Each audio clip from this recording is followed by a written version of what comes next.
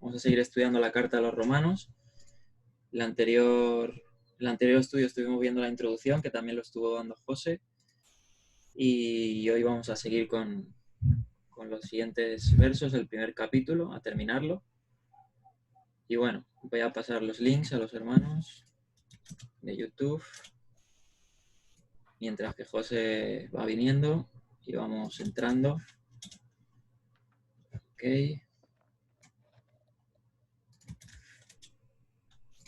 Vale, pues cuando quieras, José, cuando quieras. Hacemos una oración para Sí. empezar.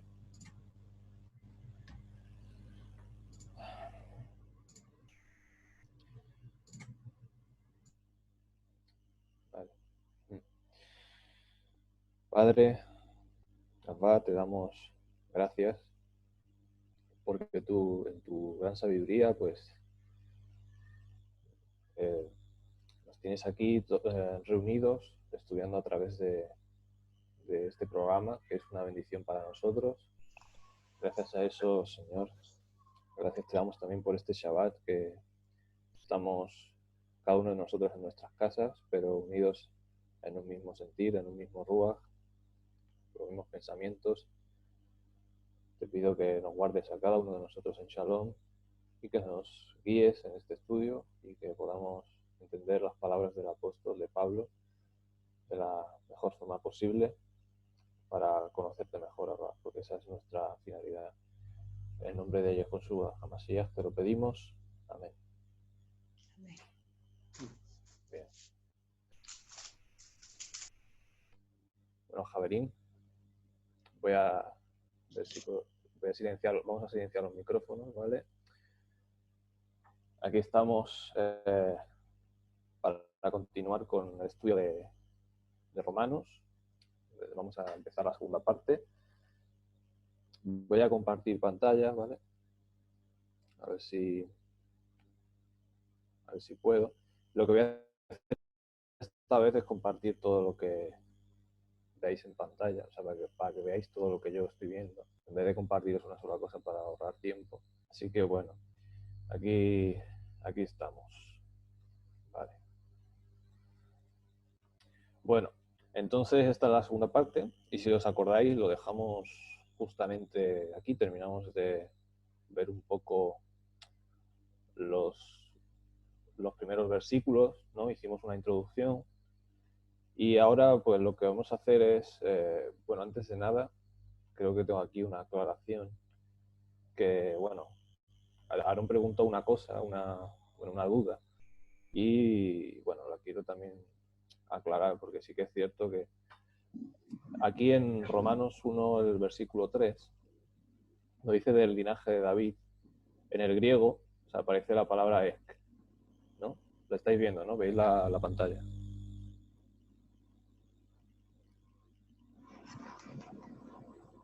Vale, pues si la estáis viendo, aquí aparece la palabra ek, y ek pues tiene el sentido de salir hacia afuera, indica como que algo viene de dentro hacia afuera, ¿no? No es que sea, pero no tiene por qué ser necesariamente parte de. Entonces, bueno, eso es lo que Aaron quería preguntar y lo estuve mirando, y efectivamente, pues esta palabra no quiere decir que una pertenencia, sino que procedes de ahí, o sea, sales de ahí. No tienes por qué pertenecer a algo para salir de algo. Tú puedes estar en una ciudad y ser de esa ciudad y salir afuera, ¿no? Entonces, bueno, ese es el sentido de esta palabra, esta preposición, ¿no? Bien, bueno, esta era la pequeña aclaración, y ahora vamos a seguir, ¿no?, con el estudio. Bien, vamos a leer los primeros 3 versículos, que vamos a poner esto aquí, para que veáis los apuntes. Dice, primeramente, doy gracias a mi Elohim por medio de Yehoshua HaMashiach, ¿vale? Vamos a usar o sea, yo voy a poner, donde pone Dios, voy a usar Elohim.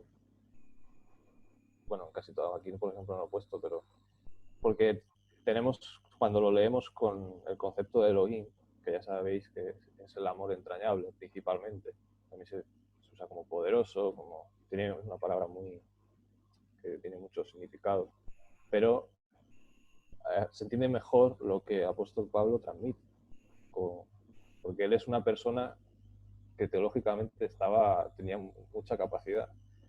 Y esta carta, pues como ya dijimos en el primer estudio, tiene mucha teología, tiene muchas enseñanzas. Y tiene ciertos tecnicismos pues del hebreo, ¿no? Del pensamiento hebreo, cosas que van a enriquecer mucho el estudio, ¿no? Entonces, por eso vamos a traducir Elohim. Por medio de Yehoshua Hamashiach, por todos vosotros, por cuanto vuestra fe es cosa muy bien conocida en todo el mundo. Bien, aquí cuando dice vuestra fe, en griego, la mejor, bueno, y de hecho del pensamiento hebreo, por la mejor forma de leerlo, es, como he puesto aquí, la emuná de vosotros, o la fidelidad de vosotros. Es la mejor forma de entenderlo porque, claro, si tú dices vuestra fe, vas a pensar, no, es que es algo vuestro, ¿no? Es algo que nos pertenece, cuando realmente no. O sea, la fidelidad es algo que Dios pone en nosotros, no es algo que nazca en nosotros, ¿no? Entonces eso siempre hay que tenerlo presente. Y bueno, básicamente les dice Pablo a los romanos, ¿no? A los hermanos de Roma, que la fidelidad que hay en ellos, es decir, la obra que Dios está haciendo en ellos, es cosa muy bien conocida en todo el mundo, ¿no? En griego se usa la palabra cosmos, que bueno, voy a explicarlo brevemente. Es básicamente lo que para los griegos era lo perfecto, ¿no? Lo que no tenía ningún defecto. Y en cambio la escritura presenta el cosmos, o sea, lo que sería como el mundo, ¿no? La creación, ¿no? La escritura lo presenta como algo imperfecto, que es justamente lo contrario. Y bueno, aquí vemos una vez más esta diferencia, ¿no? de pensamiento radicalmente opuesta, ¿no? Entre los conceptos hebreos y los griegos, ¿no? Algunas cosas se parecen, pero muchas otras no. Y de ahí la dificultad de la traducción también. Pero bueno. Y claro, ¿por qué dice que en todo el mundo imperfecto se está dando a conocer la reconciliación que Dios está haciendo, ¿no? El mensaje que Dios está expandiendo a través de sus discípulos, ¿no? De sus siervos, afectado por la corrupción del pecado, ¿no? Ahí está, ahí lo pongo. Seguimos, dice, porque Elohim, al cual sirvo en mi espíritu, en el evangelio de su Hijo, me es testigo de cómo incesantemente hago memoria de vosotros siempre en mis oraciones, ¿no? Bueno, aquí hay un par de detalles. Dice que, bueno, básicamente, bueno, él está animando a los creyentes para que esperen su llegada, ¿no? Diciéndoles esto. Si no, no habría ninguna razón de decirles, hago memoria de vosotros, porque ellos seguramente han oído hablar de Pablo, de todas las cosas que Dios está haciendo a través de él, y ellos pues quieren que Pablo, seguramente le hayan escrito cartas a Pablo pidiéndole que por favor que vaya, ¿no? A fortalecerles, ¿no? Porque evidentemente pues Pablo tenía un buen testimonio en la mayoría de los clientes genuinos, ¿no? En los genuinos, obviamente. Luego también muchos le hacían frente, se oponían a él. Pero bueno, es interesante ver cómo, bueno, de aquí podemos extraer este ejemplo nosotros también, ¿no? Cuando queremos ir a algún lugar, muchas veces pues nos vemos impedidos, ¿no? Y fíjate lo que dice rogando de que de algún modo sea posible ahora por fin tener un próspero viaje para ir a vosotros en la voluntad de Dios, obviamente. No va a ser porque tú quieras, ¿no? Va a ser porque realmente Dios quiere que tú vayas, ¿no? Y sea para prosperar su voluntad. Entonces, bueno, pues ahí está, ¿no? Y bueno, aquí pongo. Pablo tiene muy asimilado que Elohim puede obrar de formas insospechadas y que no están en su control, ¿no? Evidentemente, porque, vale, si puede que sea la voluntad de Dios, pero a lo mejor tienes que ir de una manera que a lo mejor no te esperas, o te van a surgir un montón de cosas antes de que llegue. Y es lo que le sucedió a Pablo, justamente. Cuando él fue a Roma posteriormente, después de decirles esto, lo tenemos en Hechos 27 y 28, que no lo vamos a ver. Ahí se relata todo lo que le pasó a Pablo, una barbaridad de cosas, que si tempestades, que si se quedan sin recursos en el barco, que si luego llegan a una isla que no tenían pensado llegar, que si le muerde una serpiente, que si no sé qué. Bueno, una barbaridad de cosas que le pasó a Pablo. Increíble, ¿no? O sea, todo lo que vivió antes de llegar a Roma, ¿no? Y evidentemente era la voluntad de Dios, pero tuvo que pasar bastantes, bueno, fue una odisea, ¿no? Casi, una mini odisea. Y bueno, otra cosa, otro detalle, y al cual sirvo mi rúa, pues obviamente hay que tener presente siempre el concepto, ¿no?, de ánimo, ¿no? Sería como servirle con ánimo, más bien, ¿no? Le sirvo con mi ánimo al Eterno, ¿no?, a Elohim. Bien, no sé si algún hermano quiere comentar algo.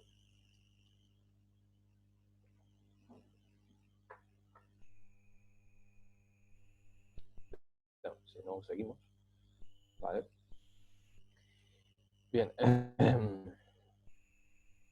Seguimos. Bueno, aquí tengo bastante, no vamos a parar porque tengo bastantes apuntes aquí. En el versículo 11 dice: porque anhelo veros para impartiros algún don espiritual a fin de que seáis fortalecidos, y también para ser confortados juntamente con vosotros por la confianza mutua que nos tenemos unos a otros. Porque no quiero, hermanos, que ignoréis que muchas veces me propuse ir a vosotros para tener algún fruto, no solo entre los demás gentiles, sino también entre vosotros, pero hasta ahora he sido impedido. Dice: deudor soy a los griegos y también a los bárbaros, a los sabios y también a los ignorantes. Así que, en cuanto a mí, estoy dispuesto a proclamar las buenas noticias, las buenas nuevas, o a anunciar bueno, también a vosotros en Roma, ¿no? Bien. Un hermano ha puesto algo, a ver. Vale.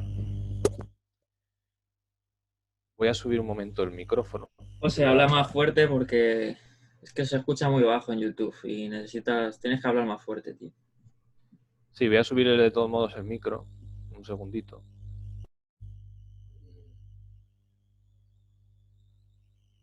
Ya lo voy a subir a tope. ¿Ahora se escucha mejor? Sí, lo único, tienes un poco de ruido, pero es por el micrófono. Pero bueno, se escucha mejor. Vale, vale. Bueno, entonces, como vemos, fijaos, aquí hay varios detalles. Primero, ¿qué significa lo de impartir un don espiritual? ¿A qué se refiere, no? Eso es una pregunta lógica. Bueno, aquí en griego se utiliza para don, se utiliza la palabra charisma, que viene de charis, que es gracia, ¿vale? Eso, importante dato. Es decir, que son dones que Dios reparte, ¿vale? Vamos a leer, lo voy a poner aquí, Efesios 4, 7 al 13. Vamos a poner aquí.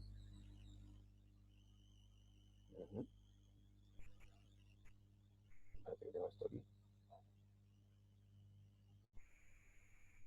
Efesios 4,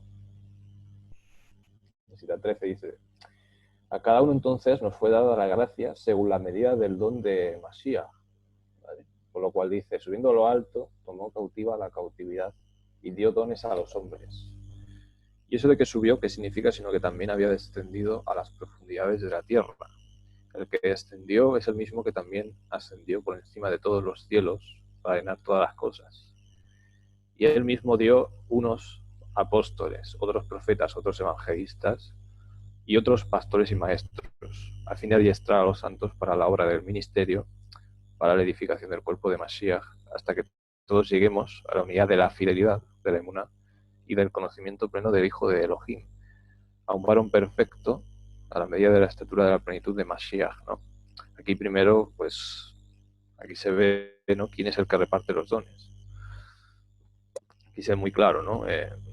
O sea, no es que Pablo sea, yo a ti te voy a dar el don este, ¿no? O al otro le voy a dar este don, ¿no? Porque no está en manos de Pablo dar ese don, o sea, no está hablando de eso, evidentemente. Aquí, entonces, bueno, ¿de qué está hablando? Pues entonces, evidentemente lo que va a impartir es de lo que él ha recibido. O sea, y de lo que él ha recibido, Pablo, que es lo que había recibido el Evangelio, la revelación, principalmente. Entonces, a eso es a lo que se refiere, ¿no? Entonces, bueno, aquí he puesto a lo que le corresponde dentro de su función. O sea, y si Dios da un don de profecía a una persona, que no hay en nuestros días, no conocemos a nadie que lo tenga, pues esa persona pues va a edificar a su congregación con ese don, al igual que si tiene otro don, el que sea, ¿no? Entonces, bueno, eso es el concepto. O sea, no, aquí pues obviamente alguno lo puede malentender, pero yo creo que es sencillo, ¿no? Viéndolos desde desde la perspectiva de la escritura, ¿no? Son pequeños anticipos del mundo venidero, evidentemente, ¿no? Y bueno, son pequeños atisbos, son como cosas que nos permiten vislumbrar lo que vamos a ver, ¿no? en el futuro. También me parece interesante, por eso se les llama dones espirituales. Son dones de la eternidad, ¿no? Entonces, bueno, luego dice, bueno, ser confortado juntamente con vosotros. Claro, el hecho de ser apóstol no quiere decir, Pablo, que no pueda ser edificado o que no pueda aprender de otros, evidentemente, ni pueda recibir ningún tipo de consuelo o de solidez. Al contrario, o sea, más bien es al contrario. O sea, Pablo lo que está diciendo con esto es que él no se sentía superior a los demás, a pesar de ser quien era, ¿no? Sabemos aquí que ese ejercicio de humildad es importante. Y bueno, él estaba dispuesto también a recibir de otros, ¿no? Recibir cualquier cosa que le pudiera ser de apoyo también para él, ¿no? Y bien, entonces, bueno, sigue diciendo, no quiero, hermanos, que ignoréis que muchas veces me propuse ir a vosotros para tener algún fruto, ¿no? Entonces, bueno, él también pues quería ir allí bueno, esto que dice tener algún fruto se refiere a lo que he dicho anteriormente, ¿no? Es decir, de recibir pues algún tipo de consuelo, de aprender, básicamente, ¿no? O sea, aprender a recibir algo. Pero dice que hasta ahora ha sido impedido. No nos dice aquí por qué estaba impedido, ¿no? Pero supuestamente se puede entender que era el Eterno, el que no quería que fuera todavía, ¿no? Quería que fuera más tarde. Y dice, bueno, deudor, soy a los griegos y a los bárbaros, a los sabios y también a los ignorantes, ¿eh? Bueno, esto es muy, muy sencillo. Israel era el deudor a las naciones porque había recibido la Torá y había recibido el Evangelio, que ahora lo vamos a explicar, porque Israel recibió el Evangelio, pero lo recibió a través de muchos símbolos, a través de sombras, a través de promesas. O sea, el Evangelio no lo estaban viviendo como una realidad presente en muchos aspectos, pero sí que lo tenían, tenían el Evangelio. Y Pablo aquí pues da ese ejemplo de qué es lo que tiene que hacer todo israelita realmente. O sea, todo israelita es deudor a cualquier persona a la que pueda transmitirle esa luz que le habla de quién es el Eterno, ¿no? Básicamente. A eso es a lo que se refiere. Y bueno, no sé, algún hermano ha comentado algo. Esta palabra claro, sí, vale. Sonia comenta que de los dones espirituales, que muchos lo traducen como carisma. O sea, en griego realmente sí que dice charisma, pero el sentido no es ese, porque charisma viene de charis, que es gracia, y carisma es un don de la gracia, ¿no? Básicamente, sería eso. Pero tiene el sentido de que obviamente es Dios el que lo da, porque o sea, en la escritura no vas a encontrar en ningún sitio que un predicador o algo, pues... Pero carisma yo creo que tiene otro sentido, no sé, diferente. Yo creo que se entiende mejor como simplemente como un don, ¿no? Como un regalo del Eterno. Que también se puede traducir carisma, pero bueno. Gentiles son los paganos. Bueno, en este caso a ellos, no, o sea, aunque sí que les incluye dentro del grupo de gentiles, pero ellos ya no son gentiles. O sea, ya lo vimos el otro día y lo vamos a seguir viendo a medida que estemos estudiando la carta. Pero también vamos a ver que habla a judíos. O sea, que probablemente esta carta también les llegará a muchos judíos, muchos hermanos judíos, porque luego él se dirija a los judíos. Entonces, bueno, un poco las dos cosas, ¿no? Básicamente. Bien.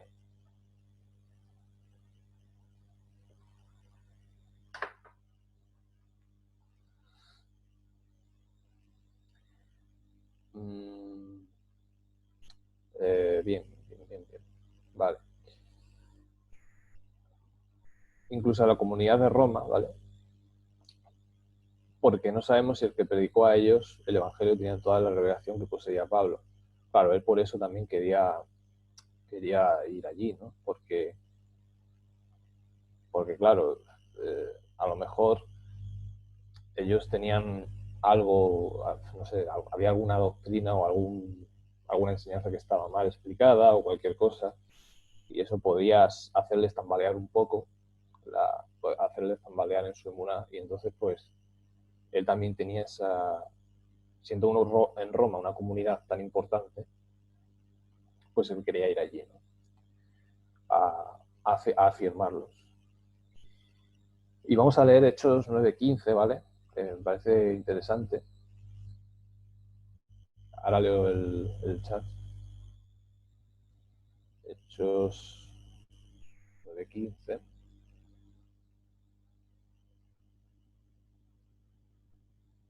Dice, ve porque instrumento de elección me es este para llevar mi nombre delante de las naciones, también de reyes y de los hijos de Israel. Esto, bueno, es muy importante. Y bueno, os preguntaréis, ¿por qué estoy citando esto? Pues bien, esto es todo el sentido que tiene el hecho de, bueno, espérate que me está sonando un poco el... Vale. Bueno, no sé si Aaron quería comentar algo, me parece, o no sé quién. Vale, ahora leo el chat, ¿vale? Voy a terminar de explicar esto. Dice que llevar mi nombre, mi fama, Pablo, fijaos lo que dice. Claro, ¿a qué nombre se estaba refiriendo? ¿Quién se le había mostrado a Pablo? Se le había mostrado Yehoshua. Se le había mostrado Yehoshua, que es al que perseguí. Por eso dice, Saulo, Saulo, ¿por qué me persigues? ¿No? Porque estaba persiguiendo a los creyentes por causa de ese nombre. Y justamente se le aparece el Mesías, Yehoshua, ¿no? ¿Y cuál es el significado del nombre de Yehoshua? Pues Hashem es proveedor de refugio. Y esto quiero que también lo asimilemos así. Salvación, el verbo Yeshua, ¿no? La palabra Yeshua, que significa salvación, se entiende en un nivel más literal, más exacto, como provisión de refugio, ¿no? Que Hashem es proveedor de refugios. Ese sería el significado más cercano a la palabra. Y eso es lo que Pablo quería hacer entre las naciones. O sea, esa era la misión de Pablo, es llevar esta luz, este refugio a todas aquellas personas que no tenían Dios, que no tenían a nadie en su vida, ¿no? Que estarían, no sé, en tinieblas, estarían en tinieblas, ¿no? Como estábamos muchos de nosotros también. Y eso, Dios para nosotros es un refugio espiritual, ¿no? Y en estos días lo que estamos viviendo, ¿no? Eh, tiene mucho más sentido también, ¿no? Dios para nosotros es un refugio. Y, Y ahora vamos a leer Efesios 2. Dani ha levantado la mano, ¿vale? Voy a leer un momento que antes estaba el chat, ¿vale? Cristian ha comentado algo. Muchos pastores utilizan estos pasajes de Efesios para justificar su dominio sobre los... Bueno, te referirás a estos de Romanos, ¿no? Su dominio sobre los demás dones ahí citados, hablando que ellos están por encima de los demás. Sin embargo, yo...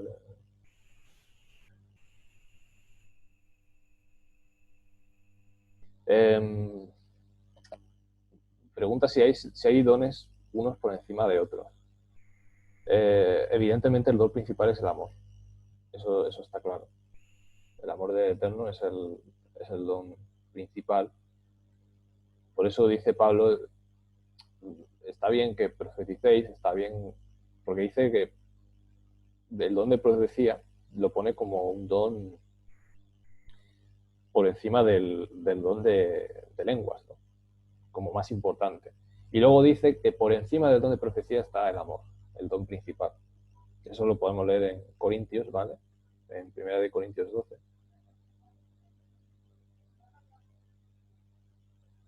Yo quiero comentar una cosa. Sí, comenta. Vale, voy a abrir el micro para que me escuchen también en YouTube. Vale, como dice el versículo 14, ¿no? Ahí lo vemos en pantalla, dice, deudor soy a los griegos, también a los bárbaros, a los sabios y a los ignorantes. Como ha dicho antes en Hechos capítulo 9, ¿no? Versículo 15, dice, eso es cuando el Eterno llama al apóstol Pablo, ¿no? Cuando le tira, ¿no? Del caballo donde estuviera montado, ¿no? En dirección a Damasco y se le revela a Yehoshua, ¿no? Dice en el versículo 15 de Hechos 9, pero el Señor le dijo, ve porque ese hombre es mi instrumento escogido para llevar mi nombre a los Goyim, ¿no? Esto se lo dijo al emisario que iba a hablarle a Saúl, ¿no? A los Goyim, a los gentiles, dice incluso a sus reyes y también a los hijos de Israel, porque yo mismo le mostraré lo mucho que tendrá que sufrir por causa de mi nombre. Bien, está claro que cuando dice Pablo, deudor soy, ¿no? Es porque el Eterno ha derramado su gracia sobre él, ¿no? El mismo Pablo decía, de gracia recibisteis, de gracia dad, ¿no? O sea, la gracia es un don de Dios, igual que el amor y todo esto. Entonces, él era deudor para con el Evangelio, ¿no? Y en cierta manera nosotros somos deudores para con Dios también, ¿no? Aunque Él nos ha regalado el don de la gracia, ¿no? De su salvación, que la gracia es un regalo inmerecido, ¿no? Pero nosotros somos deudores para con Él, para con su obra, ¿no? El Eterno nos ha dado el ministerio de predicar el Evangelio, la buena noticia. Y en este caso Pablo era un salías, un apóstol, ¿no? Que tenía una misión muy específica, que era el predicar la buena noticia a los gentiles, a los goyín, a las naciones, ¿no? Entonces, su deuda era que tenía que ir a Roma, obviamente, a predicar del Evangelio. Aunque obviamente en Roma ya, como vimos en la introducción, se había levantado una comunidad, ¿no?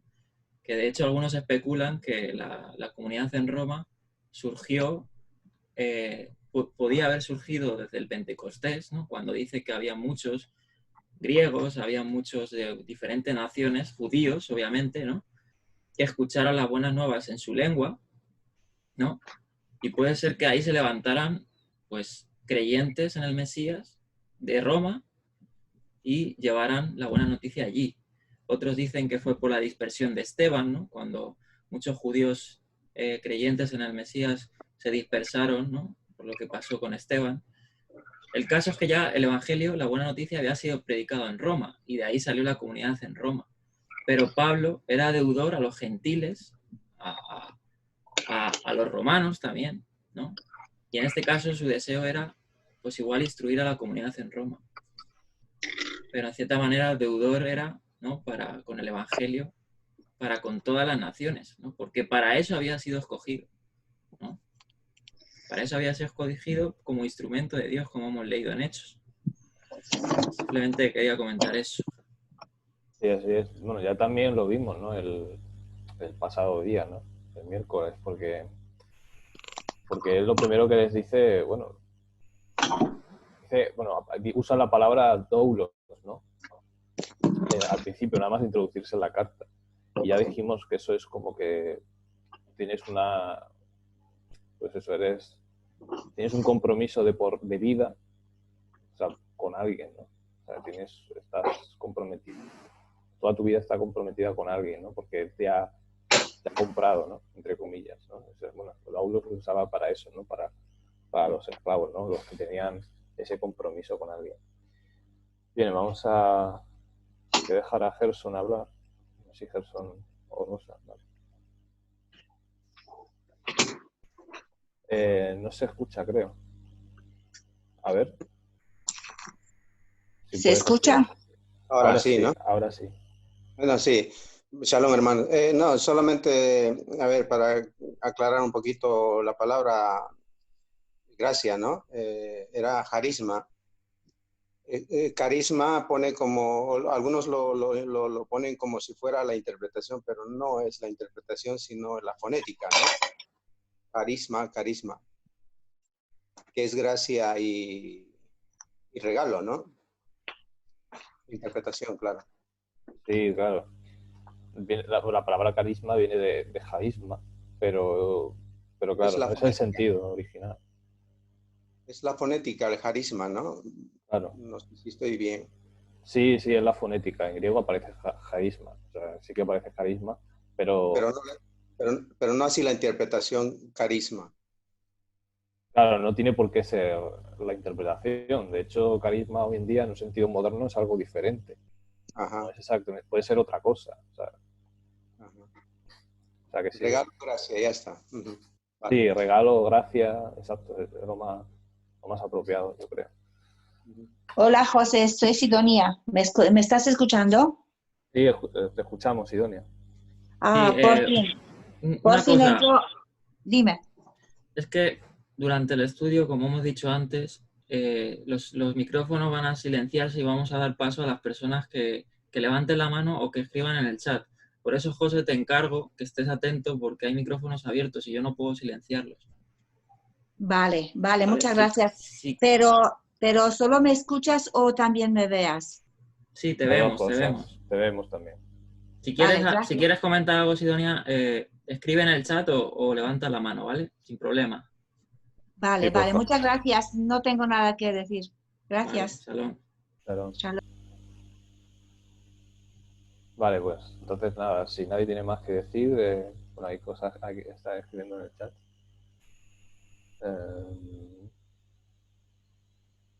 Vale. Sí, bueno, es que no puedo ver a todos, tampoco tengo todas las estas, no puedo ver a todo el mundo a la vez tampoco, porque si no me tapa la pantalla. Entonces, bueno, vamos a continuar y agradecemos a los hermanos que tengan cuidado. ¿No? Vale. Bueno, aquí, bueno, y vosotros ahora os estoy enseñando esto y pensaréis, bueno, y ahora que esto nos va a hablar de matemáticas ahora. Bueno, vamos a ver el texto, ¿vale? Voy a poner la presentación, supongo que la podréis ver, ¿vale? Decidme si, para que veáis, a ver, es que me está tapando bien. Bueno, a ver si me dejan. Bien, ¿la podéis ver? La presentación. Sí, vale. Perfecto. Vale, entonces dice, porque no me avergüenzo del Evangelio, porque es poder de potencia, más bien, es lo más correcto, lo más cercano, aparece la palabra en griego dunamis, potencia de Elohim para salvación a todo el que cree, todo el que exhibe fidelidad, ¿no? A cualquiera que exhibe fidelidad es potencia. Y ahora vamos a explicar estas palabras. Al judío primeramente y también al griego, porque en el Evangelio está siendo revelada, aquí lo traducen muy mal, la verdad, está siendo revelada justicia de Elohim, justicia de Dios, desde Emuná hasta Emuná, ¿vale? Es decir, empieza en Emuná y acaba en Emuná. O sea, Dios es el autor y consumador de la fidelidad, ¿no? De todas las cosas. Entonces, bueno, ese es el sentido. Como está escrito, el justo vivirá a base de fe. Eso también está mal traducido. Vamos a ver que a lo largo de la epístola a los romanos vamos a tener que hacer varias correcciones en algunos pasajes. no aciertan, no dan con la clave en algunos versículos, ¿no? En la traducción. Bien. Entonces, bueno, voy a leeros aquí los apuntes que tengo. Claro, ¿qué significa dunamis? Bueno, dunamis significa, como he dicho, potencia. Lo de la palabra dunamis viene dinámico, viene de dinamita, vienen muchas palabras, ¿no?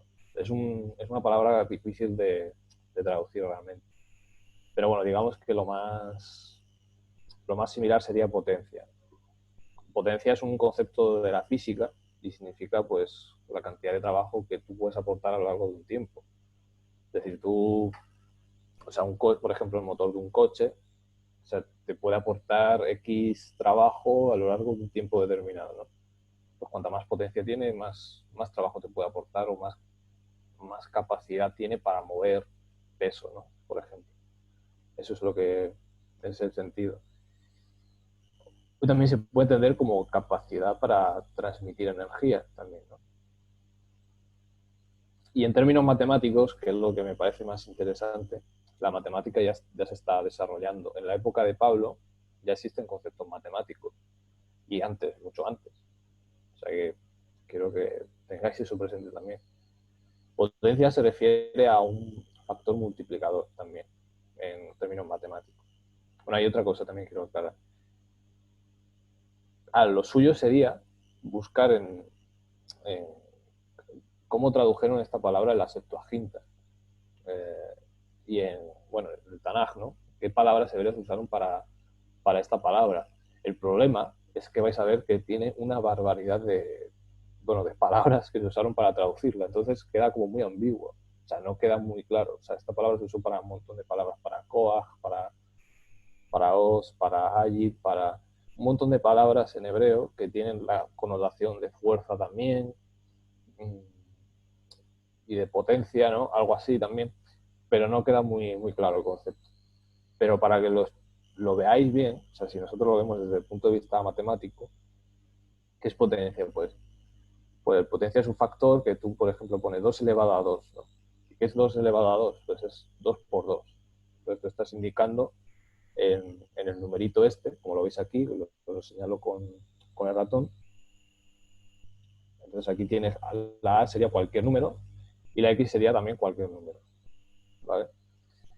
4 elevado a 5 sería 4 por 4 por 4 por 4. Cuanto más alto sea el número, pues más veces se multiplica. Sería 4 elevado a la quinta potencia, que es así como se suele decir. También recibe el nombre de exponente. O sea, este factor de aquí, la X, que veis ahí, recibe el nombre de exponente. Indica la potencia y la cantidad de veces que se multiplica el número. Entonces, básicamente, eso es lo que es el Evangelio, porque si fijáis lo que os dice, vale, voy a quitar la imagen en un momento, dice, no me avergüenzo del Evangelio, porque es potencia, ¿no? Está diciendo que el Evangelio es equivalente a ese exponente.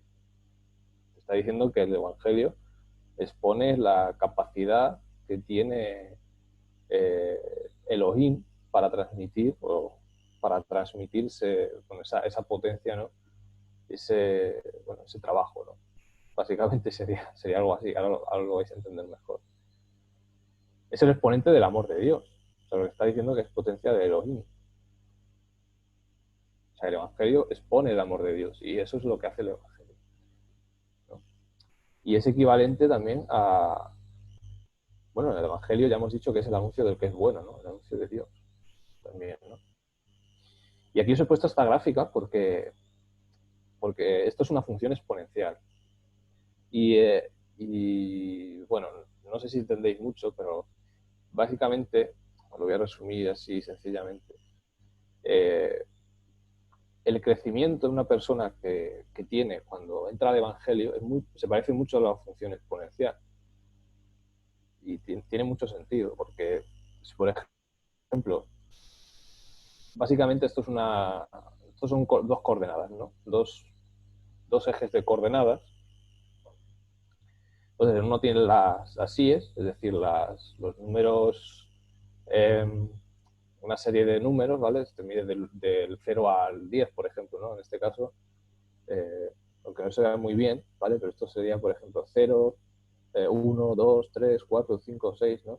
Entonces, tú a medida que te vas acercando más a esta parte de la derecha, cada vez el número en esta línea, en esta función, ¿vale? Porque esto se llama función, cada vez se va yendo más hacia el infinito, tiende más hacia el infinito. Así es como se dice, ¿no?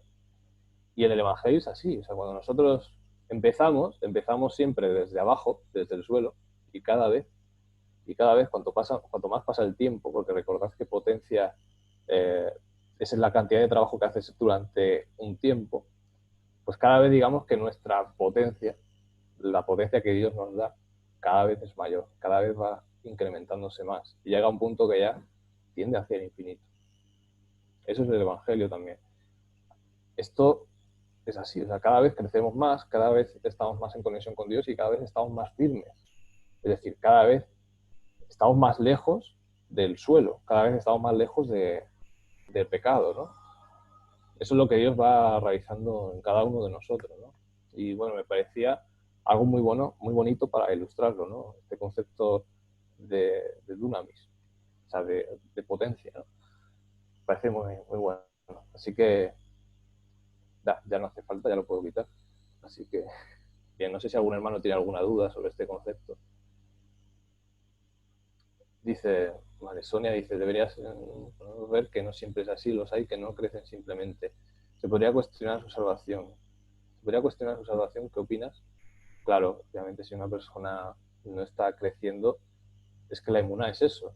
La emuná es una educación y tú tienes que ir aprendiendo y cada vez vas a ir exhibiendo más su fidelidad.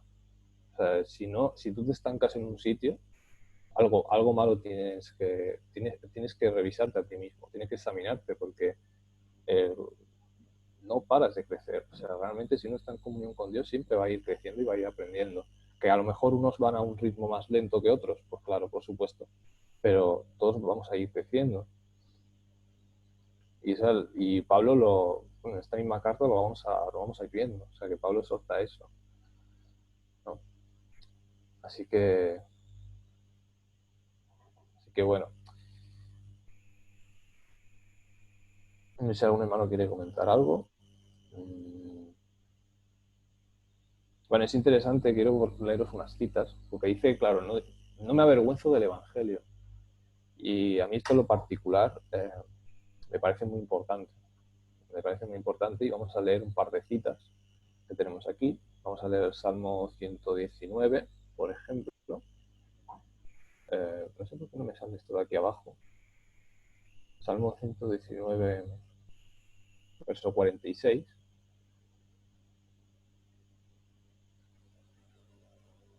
Uh-huh.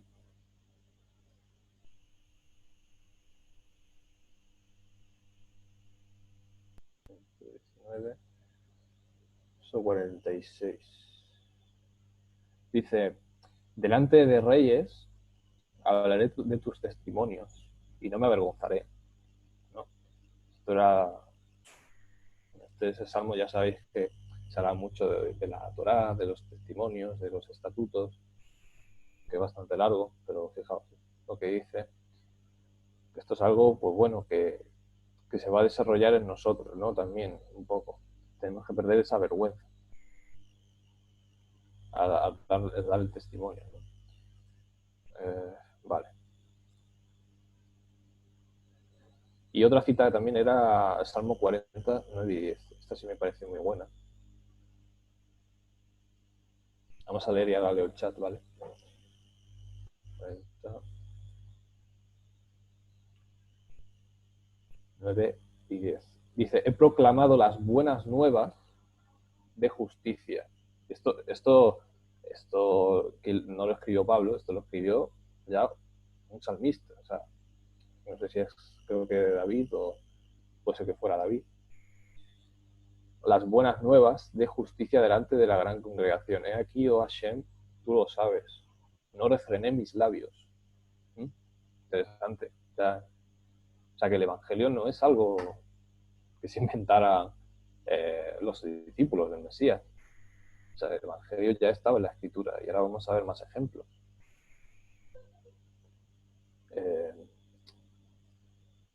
Vale. Ahí estamos. Bien, no sé si voy a leer el chat, a ver si algún hermano quiere comentar algo. La salvación no es cualquier cosa, evidentemente no es cualquier cosa. De hecho, ya lo he dicho, o sea, la salvación es más con... O sea, ¿qué es la salvación? ¿De qué te salva Dios? Pues de tu pecado, principalmente. Y eso implica que tú vas a ir dejándolo poco a poco, ¿no? Está claro, yo creo que es evidente. Si quiere hablar Gerson, voy a dejar hablar. Espérate, todavía no te estamos oyendo, un segundo. Es que no sé por qué no me sale Sí, ahora. Ahora. Sí, como Aaron comentó, ¿no? Que la salvación no es cualquier cosa, ¿no? Eso implica, pues, la santidad, ¿no?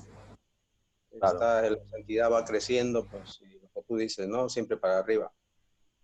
Sí, sí, así es. Bien, vamos a continuar. Pasamos al versículo 18. Ahora, esto también es... Ahora empezamos, o sea, ya en el versículo 17 hemos terminado como lo que sería la introducción, ¿no? Más o menos. Y ahora vamos a empezar una parte que es lo que muchos llaman el juicio a los gentiles, ¿no? He leído en algunos comentarios que, bueno, que dicen que antes de dar las buenas nuevas tienes que dar las malas noticias, ¿no? La mala noticia es que tienes que ser consciente, tienes que darte cuenta de que pues se te tiene que señalar el pecado, ¿no? Porque si no, no vas a recibir con los brazos abiertos las buenas nuevas, si no te haces consciente de tu realidad y de la realidad, es una realidad que compartimos todos los seres humanos. Entonces Pablo va a hablar aquí a cualquier hombre, básicamente, ya sea judío, ya sea gentil, o sea, él se va a dirigir a cualquiera. Y luego va a hablar específicamente también a los judíos, ¿no? Así que bueno, Dani, si quieres, puedes comentar.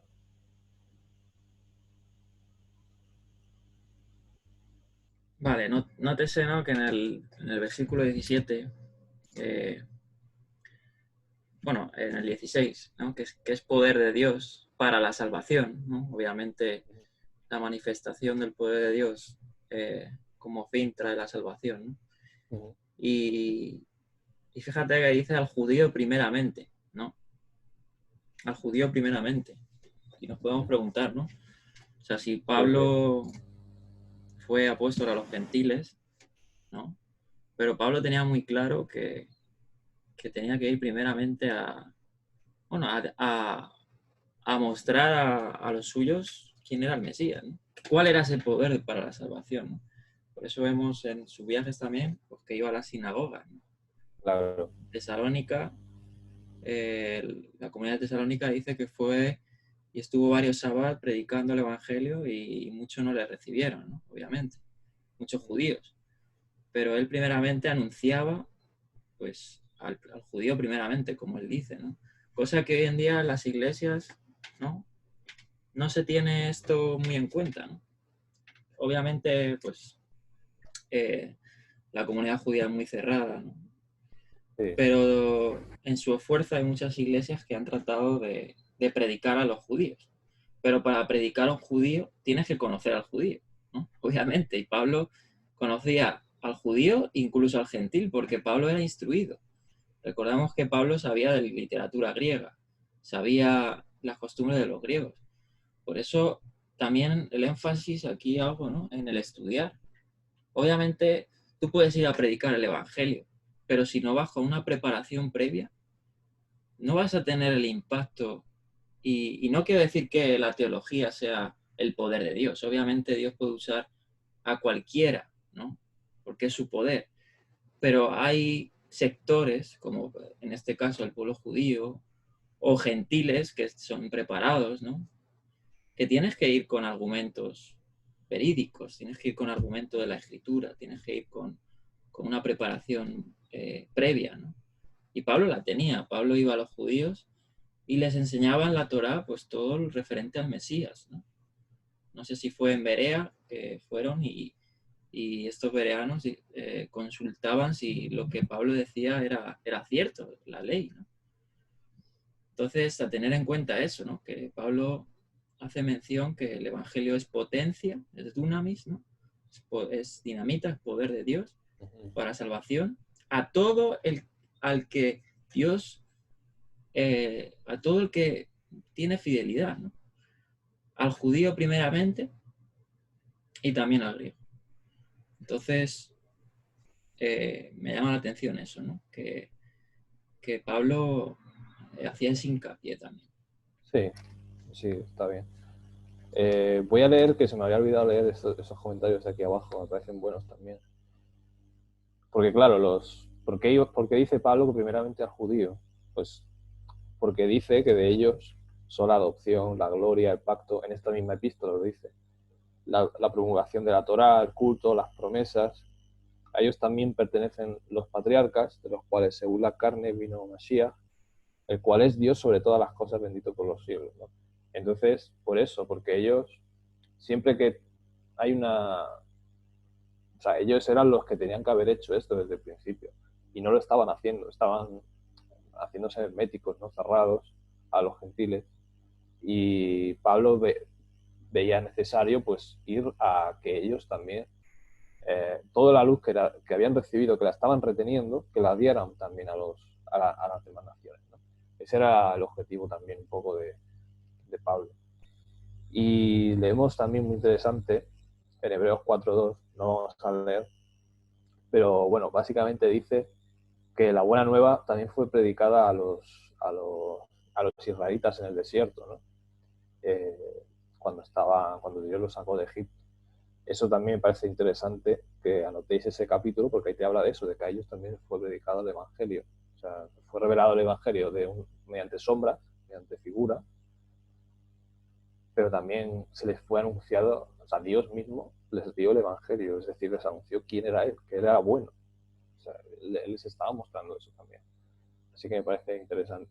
Y otro, bueno, un pasaje que se me ha olvidado comentar, que me parece que aquí dice, el justo vivirá a base de fe, y cita Habacuc 2.4, ¿no? En hebreo Habacuc. Claro, la Septuaginta lo dice de otra manera, lo dice así, dice el justo vivirá por mi fidelidad. Y tiene más sentido. La Septuaginta, para quien no lo sepa, pues bueno, lo recordamos, es una traducción que se hizo antes de una época, 1 o 2 siglos antes del Mesías, y luego después se siguió traduciendo, porque llevó varios años, varios siglos incluso. Y básicamente eso es anterior al texto masorético, al texto hebreo masorético. Entonces, eso es clave, ese detalle también es clave. Aunque sea una traducción del hebreo al griego, no deja de ser más antiguo. Y pasa algo parecido con el Evangelio, ¿no? Que está en griego y es anterior al texto masorético. Entonces, como pasa con el Evangelio, la Septuaginta también nos ayuda a ver lo que era probablemente lo más cercano a la época del Mesías. Entonces, bueno, ahí está el detalle. Vivirá por mi fidelidad. Y esa es la realidad, la manera correcta de entenderlo, porque la fidelidad, la emuná, no es innata en nosotros. Nosotros la tenemos que recibir. La educación nos la da Dios. O sea, cuando tú estás aprendiendo cualquier disciplina, ya sea que estés aprendiendo, no sé, matemáticas o hacer algún tipo de obra, alguien te la tiene que transmitir. Es decir, tú no lo vas a aprender por ti solo. No, es que yo soy un iluminado y aprendí yo solo a hacer trabajos en obra, ¿no? No, alguien te tuvo que enseñar también, si no, no hubieras aprendido. Eso siempre es así, o sea, siempre es alguien más el que nos transmite, el que nos ayuda a elaborar, ¿no? A crecer, a aprender y a realizar un trabajo o en este caso, a aprender a caminar en el Mesías, ¿no? Bien, hay varios comentarios en el chat, vamos a leerlos. Aarón dice, Pablo era el perfecto para explicarles a los judíos realmente, académicamente hablando. Sí, claro. Pablo, como ya vimos en la primera parte, ¿no? En el versículo 1, él dice que él es apartado y apartado también eran los fariseos. O sea, él está diciendo que era fariseo, de hecho había estudiado con Gamaliel, ¿no? Él cuenta su testimonio en otras partes y él estaba académicamente preparado para eso, obviamente.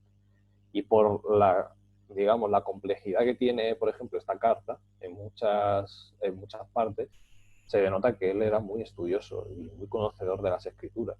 Y él está constantemente citando pasajes, hace drash, hace muchas cosas que dice, bueno, este sabía, ¿no? O sea, este le daba el coco.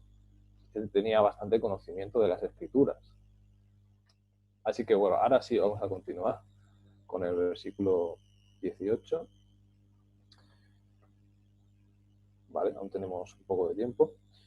Entonces, bueno, lo que estaba diciendo es que ahora va a empezar Pablo a revelar las malas noticias, ¿no? a los romanos, ¿no? Básicamente.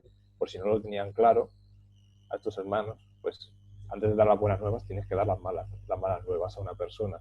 Si tú no le dices a una persona que no es creyente por qué necesita a Dios en su vida, pues no es difícil que vaya a pensar a creer. Como mucho tendrá una creencia racional o pensará que Dios existe, pero nada más se quedará ahí. Entonces es importante eso. Por eso Pablo empieza aquí. Dice, porque la ira, ¿no? Y ya sabemos que ira, cuando dice muchas veces en hebreo dice literalmente nariz, la nariz de Elohim.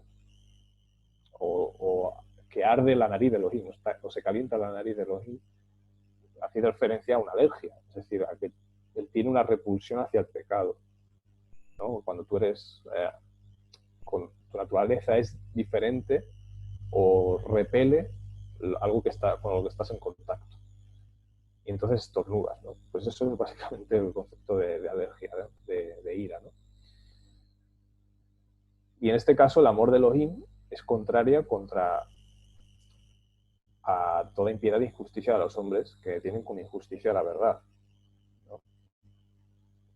Por eso también es tan bueno entender que Elohim se refiere al amor entrañable del Eterno, porque te cuadra, por lo menos me cuadra bastante más, ¿no? Entenderlo así, ¿no? Porque ya sabemos que los nombres de Dios todos designan un atributo específico. Entonces aquí, pues, traducirlo así como que te hace más sentido, ¿no? Vamos a leer Juan 3, del 19 al 21.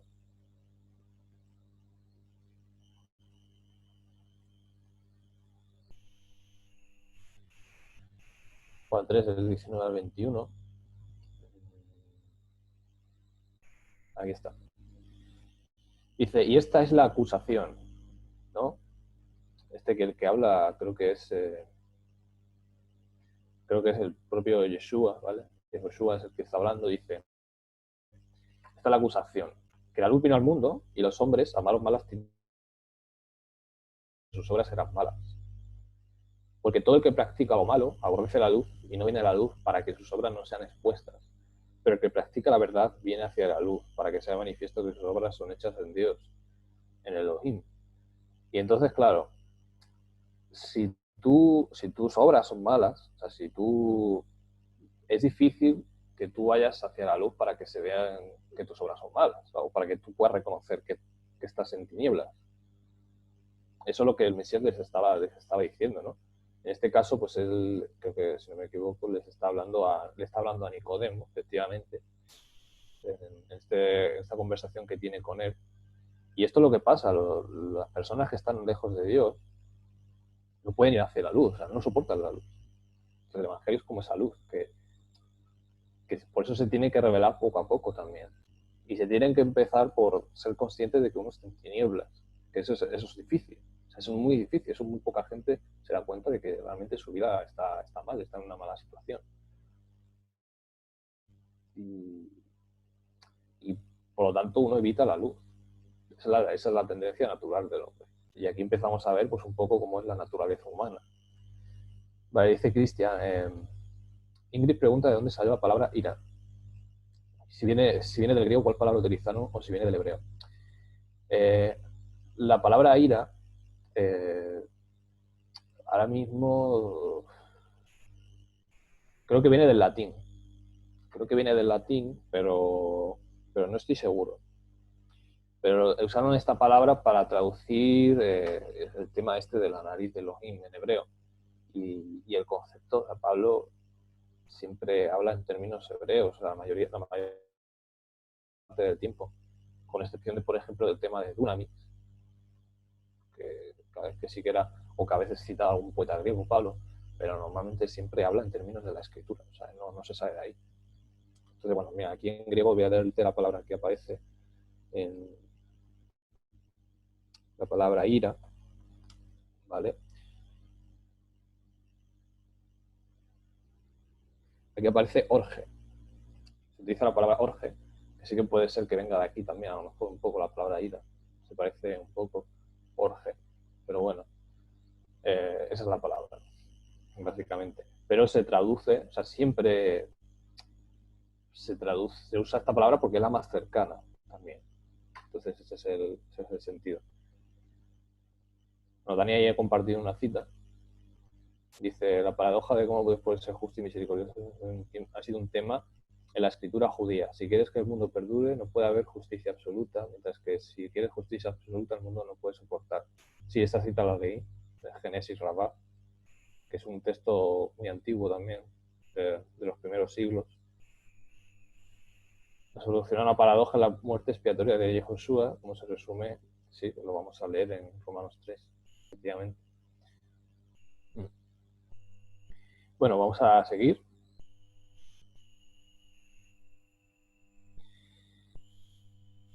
Bien, ya hemos leído esta parte, entonces vamos a seguir leyendo. Dice, porque lo que de Elohim es conocido es evidente para ellos, pues Elohim se lo manifestó. Porque las cosas invisibles de él, su eterna potencia y deidad, se hacen claramente visibles desde la creación del mundo, entendiéndose por medio de las cosas hechas, de modo que son inexcusables. Bien, aquí hay varias cosas que quiero compartir. Lo primero, que Elohim, o sea, el atributo del amor de Dios, porque es lo principal que él revela al mundo. ¿Por qué no revela otro atributo Dios? O sea, eso también no se lo puede plantear. O sea, ¿por qué se habla tanto del amor? Porque es el principal, ya que es el que se puede ver más fácilmente. Es el que se ve con más claridad. O sea, porque tú ves por ejemplo, con relación a cómo somos nosotros, que somos seres que necesitamos, por ejemplo, alimentarnos. Somos seres que necesitamos y nunca nos falta alimento. Y ni siquiera a los seres vivos, como dice Yehoshua, ¿no? Que ni siquiera a los pajaritos, o sea, ni siquiera Dios, en su misericordia, permite que mueran de hambre los animales, ni siquiera los animales. Entonces, por eso es tan evidente el atributo del amor, que es el atributo que Pablo usa para explicar esto. Dice, porque las cosas invisibles de él, su eterna potencia y edad, ya os he explicado lo que es la potencia. La eterna potencia se refiere a su evangelio eterno. O sea, porque el evangelio es el exponente del amor de Dios, sobre todo. Y lo leemos, bueno, en Apocalipsis 14:6 sabe que que el evangelio es eterno. Es decir, es el anuncio de que es bueno. Es algo que Dios tenía ya desde antes de que creara nada, ya lo tenía en su mente, el evangelio. El evangelio ya sabemos que es todo este proceso que Dios hace para reconciliar todas las cosas consigo mismo. Y el evangelio es visible a través de las cosas hechas, desde la organización del mundo, ¿no? Vamos a leer el Salmo 19:1 y ahora os voy a enseñar un PDF muy interesante, un libro que me parece que también más adelante, si Dios quiere, pues estudiaremos también un poco, ¿no? Para que veáis, os lo voy a enseñar un poco. Salmo 19:1.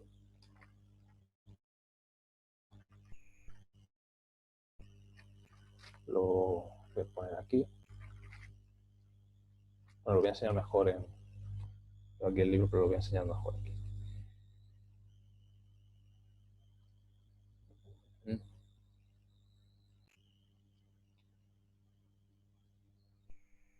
Dice, los cielos cuentan la gloria de Elohim y el firmamento muestra la obra de sus manos, ¿no? Y es muy interesante porque las escrituras hablan mucho de las estrellas, se habla a veces, se mencionan algunas constelaciones, incluso se habla de Orión, se habla de la Osa Mayor, se habla de nombres de ciertas estrellas. Y este libro que os digo, pues ahora dejo a Dani cuando termine de explicar esto un segundito. Este libro que os digo, como siempre, pues no lo puede coger todo, pero hay muchos buenos detalles en este libro. Este libro lo que explica es cómo, con nombres antiguos y con las figuras que tenían las culturas antiguamente, muchas de ellas paganas, acerca de las interpretaciones que ellas hacían de las constelaciones, ¿no? Y lo que hacían los astrónomos antiguos, ¿no? Y básicamente lo que te enseña es cómo ellos, en esos nombres antiguos, escritos en árabe a lo mejor, en latín, en muchos idiomas, en caldeo, en varios idiomas, ¿no? Os lo voy a enseñar. Aquí está, lo tengo abierto. Entonces, bueno, lo que te enseña... Voy a pasar hasta que encuentre... Bueno, aquí tenéis la... Bueno, aquí lo que pasa es que no sé si lo veis muy bien, pero bueno, te dice, por ejemplo, entonces ellos le daban un nombre a estas constelaciones. Ya sabemos que ellos interpretaban que esto, por ejemplo, se refería a la diosa Isis o se refería a otras deidades, ¿no? O le daban un significado muy tergiversado, muy extraño. Pero este señor, pues, en su libro, y lo hace muy bien, te explica cómo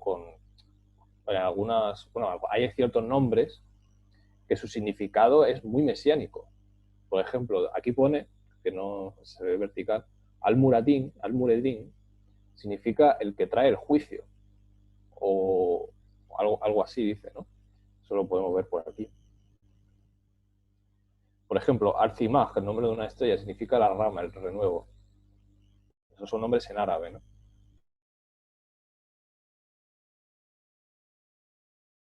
¿no? Y bueno, es interesante, ¿no? Es interesante todo lo que lo que este señor le explica, y te hace dar cuenta de que las religiones paganas, todas estas culturas, como explica Romanos, como Pablo va a empezar a explicar, cambiaron la verdad de Dios en mentira. O sea, porque todo este conocimiento, todas estas tradiciones, eran tradiciones mesiánicas, eran interpretaciones acerca de cómo el Evangelio estaba explicado y desarrollado en las estrellas, ¿no? En el firmamento. O sea, el propio firmamento, con sus figuras, con sus constelaciones, te enseñaban, te hablaban del Evangelio, te lo desarrollaban. Y es literal lo que dice el salmista, de que los cielos cuentan la cabot, el peso de Dios, y anuncia la obra de sus manos. O sea, en ese sentido, Pablo, pues cuando dice que las cosas invisibles de él son claramente visibles, es porque se está refiriendo a esto, ¿no? A que en toda su creación se ve claramente el Evangelio. Y me parecía muy bueno, interesante.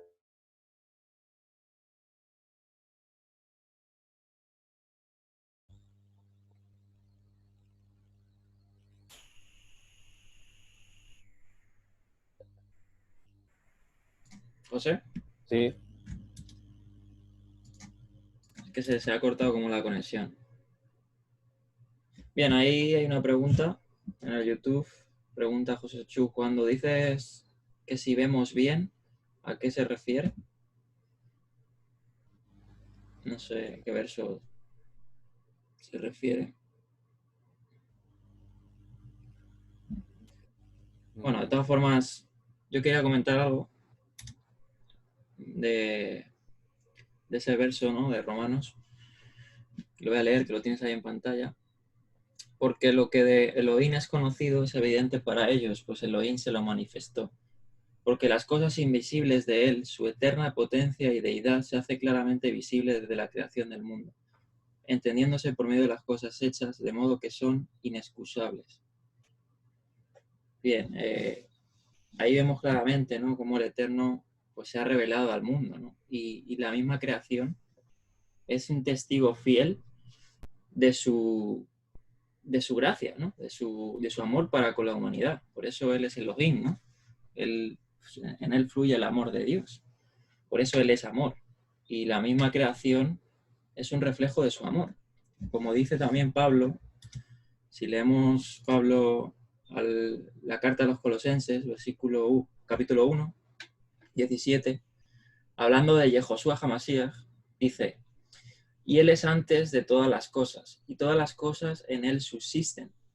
Él es la cabeza del cuerpo, que es la congregación, y que es el principio, el primogénito entre los muertos, para que todo tenga la preeminencia, por cuanto agradó a Abba que en Él habitase toda la plenitud, y por medio de Él reconciliar consigo mismo todas las cosas.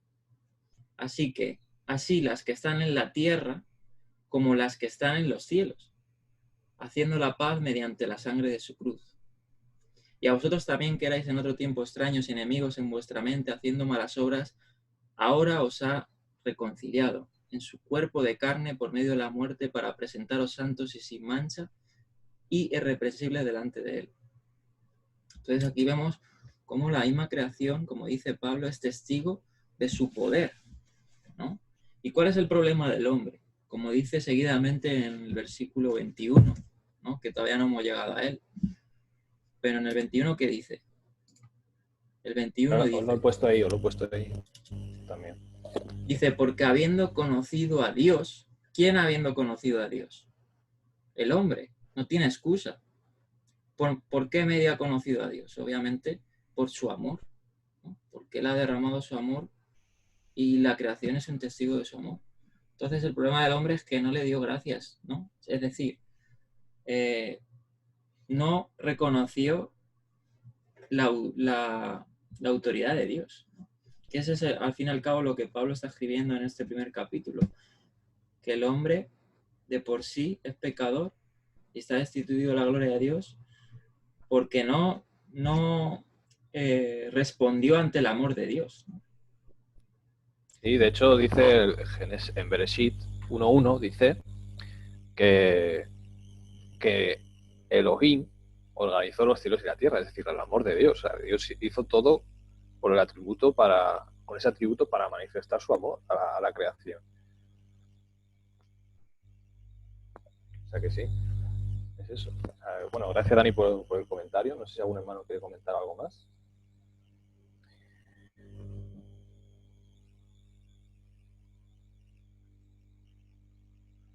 Vale, es una pregunta de Joséchu, ¿no?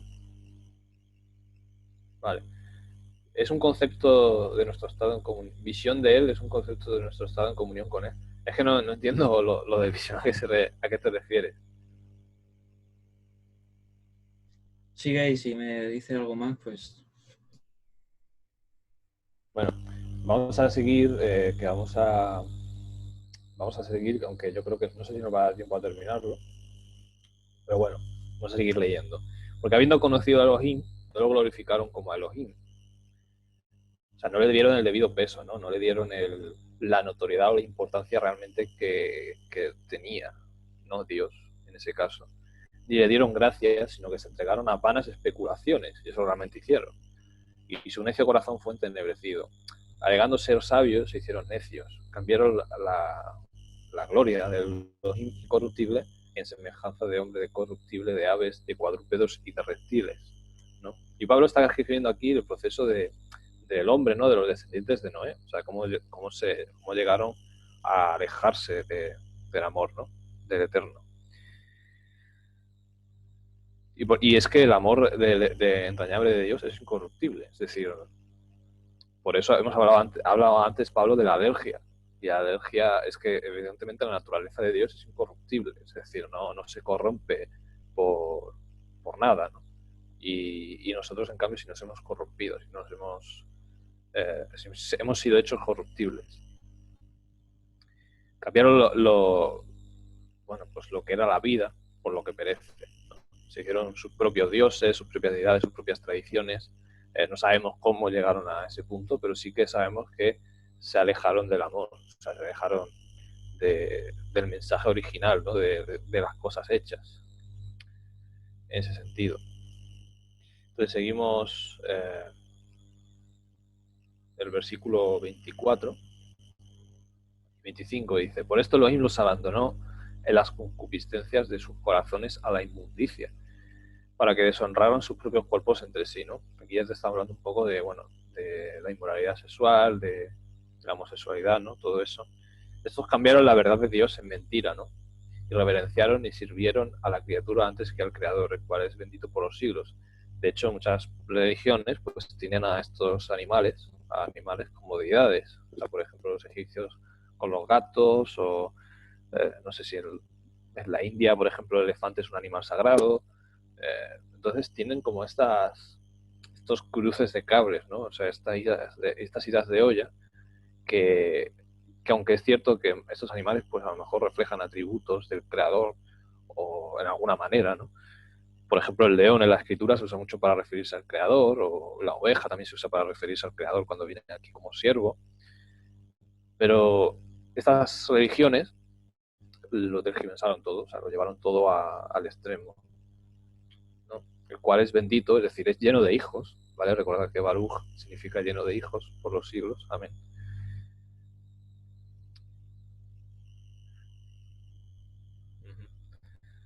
Vale, entonces vamos a leer Hechos 17-29. Vamos a leer este pasaje.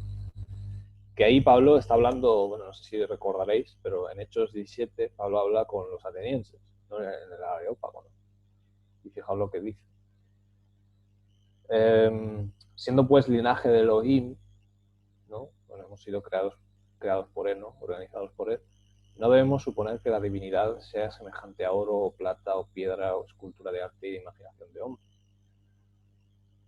Pues bien, Elohim, pasando por alto esos tiempos de ignorancia, ahora manda a todos los hombres en todo lugar que se arrepientan. Por cuanto ha establecido un día en el cual va a juzgar a la humanidad con justicia por medio del varón que designó, presentando a todos garantía de ello cuando lo resucitó de entre los muertos, ¿no? Ahí está, bueno, lo que está diciendo. Y luego dicen que, bueno, cuando oyeron resurrección, unos se burlaban y otros dijeron, ya te diremos acerca de esto en otra ocasión. Porque los griegos, bueno, eran filósofos, eran gente abierta, pero hasta cierto punto, obviamente. Muchos de ellos, pues igual estarían en la cárcel, ¿no? No captarían estas cosas. Aunque sí dice que algunos de ellos creyeron, ¿no? Bien, vamos a continuar. Importante lo del linaje. Bueno, no sé si Aaron quieres comentar eso, lo del linaje. No puedo. Bueno, pues seguimos entonces. Y bueno, luego si quieres, Aaron, para el próximo estudio, como hicimos la otra vez, pues me lo comentas y lo comentamos en la siguiente parte. Dice, por eso Elohim lo abandonó a pasiones vergonzosas, pues aun sus mujeres cambiaron el uso natural por el que es contra naturaleza. Y del mismo modo también los varones, dejando el uso natural de las mujeres, se encendieron en su lascivia unos con otros, cometiendo hechos vergonzosos, varones con varones, y recibiendo en sí mismos la debida retribución o recompensa de su extravío, ¿no? Entonces, bueno, todas estas culturas paganas, ¿no? Porque la mayoría son politeístas, incluida la romana, tienen en común que la homosexualidad, la homosexualidad en estas naciones era una práctica común, ¿no? En todas estas naciones, justamente, que se habían desviado, ¿no? Que a lo mejor tenían conocimientos de astronomía en sus principios, tenían cierta sabiduría, y a lo mejor incluso eran creyentes, ¿no? Porque vemos en los primeros capítulos de Génesis que muchas de estas naciones reconocían a Elohim hasta cierto punto, ¿no?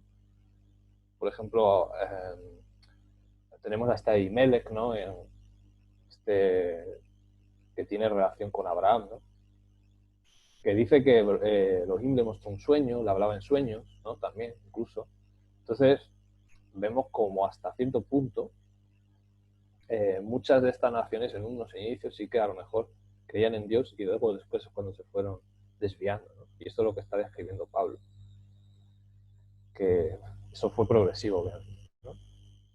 También en nuestros días, pues si nos fijamos, ¿no? en nuestro tiempo, en países de tradición cristiana que tenían esa tradición cristiana, ¿no? Porque en la Edad Media o posteriormente, hace unos siglos, pues había una tradición cristiana bastante fuerte. La mayoría de los países de Europa o eran protestantes o eran católicos, ¿no?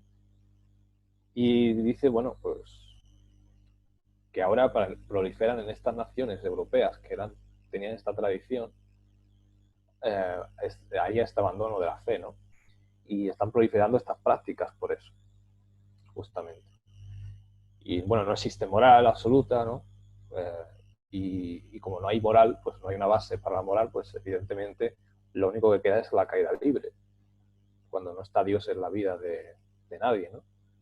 Entonces, bueno, esto es el tema el que está describiendo Pablo.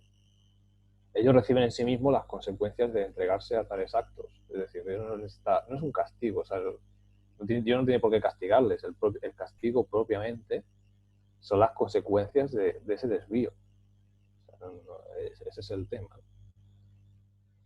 Y bueno, ahora comentaron que me refería simplemente a que seamos linaje divino, no nos hace divinos ahora. Claro, el hecho de que Dios nos organizó y nos creara en un principio no nos hace divinos, evidentemente. Porque nos corrompimos y nos desviamos. Entonces, ahora mismo nuestra naturaleza, nuestra condición, lo que está describiendo Pablo, es una condición débil, frágil y con inclinación a estas cosas, ¿no? Que puede llegar a desviarse de estas cosas si uno no permanece pues en el amor, ¿no? Del Eterno. Ramas de judaísmo que casan, sí, bueno, ya sabemos, ¿no? Bien, vamos a terminar Y otras religiones sí que es cierto que enseñan que somos divinos, ¿no? A pesar de todas estas cosas. Pero bueno, ellos cambian la verdad de Dios por mentira, por la mentira. Y como no quisieron reconocer a Elohim los entregó a una mente reprobada para hacer cosas que no convienen, estando atestados de toda injusticia, perversidad, avaricia, maldad, colmados de envidia, homicidio, contienda, engaño, malignidad, murmuradores, detractores, aborrecedores de Elohim, insolentes, soberbios, jactanciosos, inspectores de cosas malas, desobedientes a los primogenitores, ¿no? Entonces aquí saca Pablo todo el arsenal del corazón humano, ¿no? Básicamente. Y bueno, he puesto aquí, carecer de amor de Elohim lleva a las personas a desvalorarse, a desestimarse a sí mismas, rebajarse hasta lo más bajo. O sea, porque ¿cuál es el problema de no conocer o de no ver a Dios en toda la creación, en todas esas cosas? Que al final no reconoces tu identidad. Ese es un problema muy grave. Y Israel es el proyecto que tiene Elohim para restaurar la identidad en la humanidad, ¿no? Por eso se dice Am Sgula, o sea, es que Israel es el proyecto que tiene Dios para eso, para restaurar esta identidad y darle a la humanidad el valor que ha perdido, la estima, porque Dios estima a la humanidad, o sea, no la desestima, porque si no no le daría el alimento, no le daría la lluvia, no le daría la luz del sol, todas estas cosas que nos da, ¿no? Que son muestras de su misericordia. Pablo hace referencia al amor entrañable como atributo al atributo principal de Elohim, ya que hasta los que realizan tales prácticas pueden creer racionalmente que existe un Dios, pero hecho a su imagen, ¿no? Obviamente.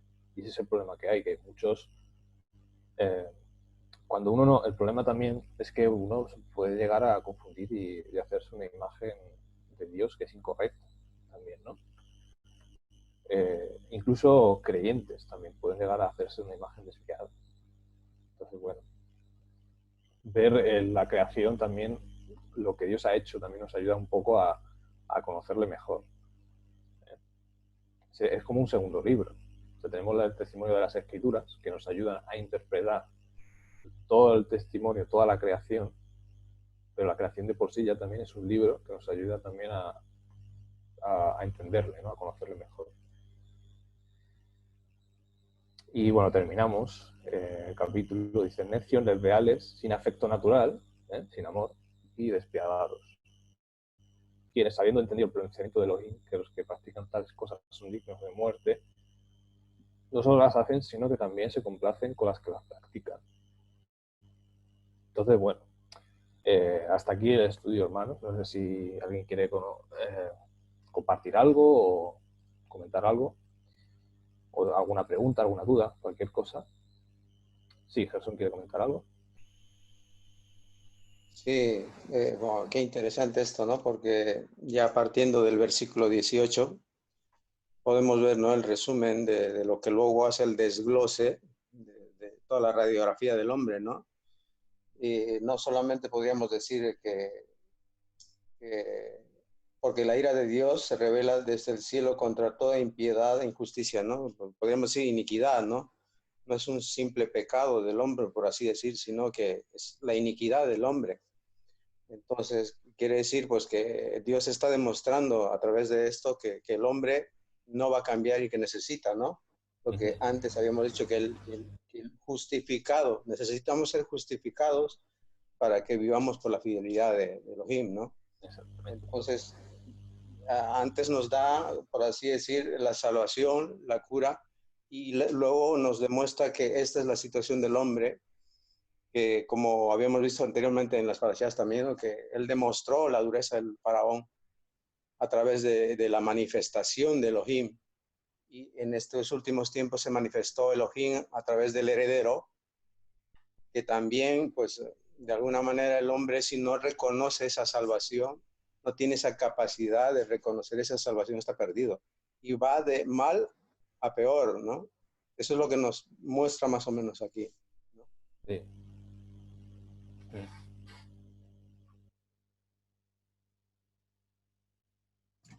Quería hacer un pequeño comentario al verso 23 que hemos leído, porque igual que ha puesto Sonia, Sonia ha comentado, dice, muchos tótems son representados con animales, arañas, serpientes, la famosa kundalini, peces.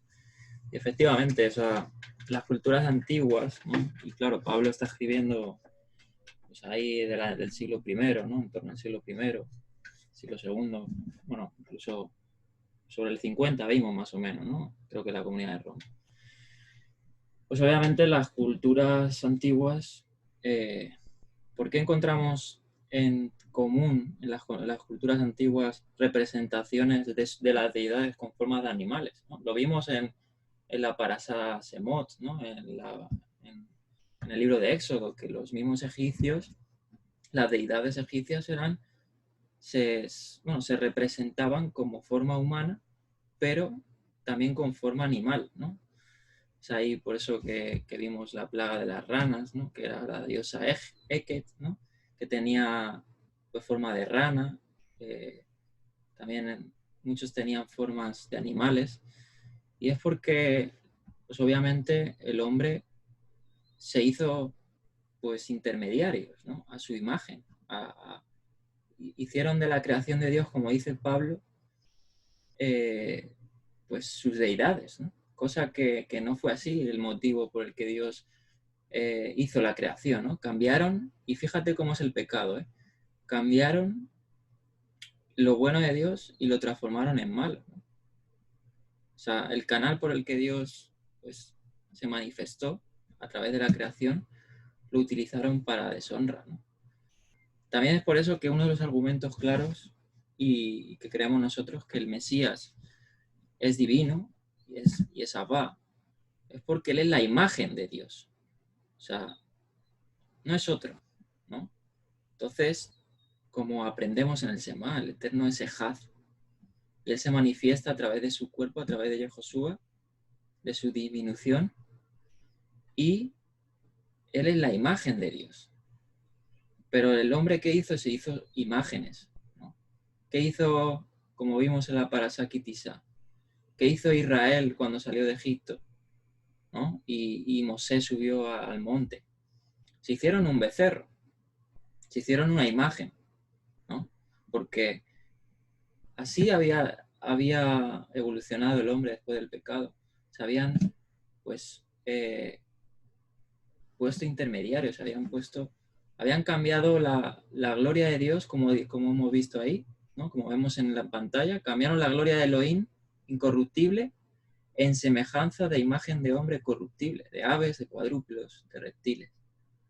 Entonces eso es lo que es el pecado, cambiar la palabra de Dios, cambiar lo que está escrito y darle una imagen nueva. Por eso es que nosotros, los que estamos en Torah, simplemente estamos reflejando su gloria y estamos volviendo, ¿no? a ese postrer, a ese estado que Dios hizo desde la creación y al que va a ser al postrer estado, que es que Dios va a restaurar todo, ¿no? Entonces, cuando Dios dice, pues guarda el Sabbat, cuando Dios dice, guarda las fiestas, ¿qué hace el hombre? Le cambia el significado, le cambia la gloria de Dios. Dice, no, es que el Sabbat ya no es así, el Sabbat es así, el Sabbat es el domingo. Eso es lo que hace el hombre, cambia la palabra, ¿no? ¿Qué hizo la serpiente? Con que Dios os dijo, ¿no? Le cambió el sentido a las palabras de Dios. Y eso es el reflejo del pecado, es eso, lo que hizo el hombre, ¿no? Entonces, como bien decía Sonia, o sea, en las culturas antiguas, pues se refleja esta impiedad que habla Pablo, de que hicieron imágenes, ¿no? Vemos en las culturas, por ejemplo, los filisteos, que tenían el dios Dagón, que tenía forma de pez. Y así puedes ver en todas las culturas cómo se hicieron imágenes, cambiando pues la imagen de Dios, la gloria de Dios, y transformándola en mentira, ¿no? Por eso Pablo aquí habla que los gentiles, las naciones, están bajo pecado, ¿no?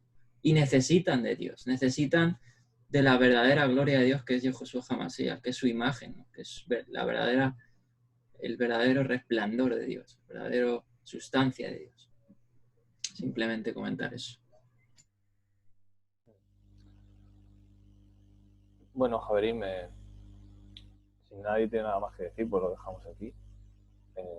Espero que les haya parecido bueno el estudio y bueno, ya estaremos luego después por la tarde para estudiar la parasha, ¿no? Para seguir con el estudio. Así que, si quieres, Sí. Danielita. Bueno, vamos a dejarlo aquí, vamos a hacer la pausa para comer. Vamos a volver a las 4, ¿vale? A las 4 después de comer. Seguimos con el estudio de la parasha. Y bueno, aquí esperamos igual a los hermanos de YouTube. Y nada, pues que tengan un buen Shabbat, un Shabbat Salón y podamos estar pues alegres, ¿no? Porque el Shabbat es un día para regocijarse. Pues nada, sin más. Un día para recordar la creación también. Amén, así es. Sí. Ok, pues nada, aquí lo dejamos. Shabbat Salón. Volvemos luego. Shabbat Shalom.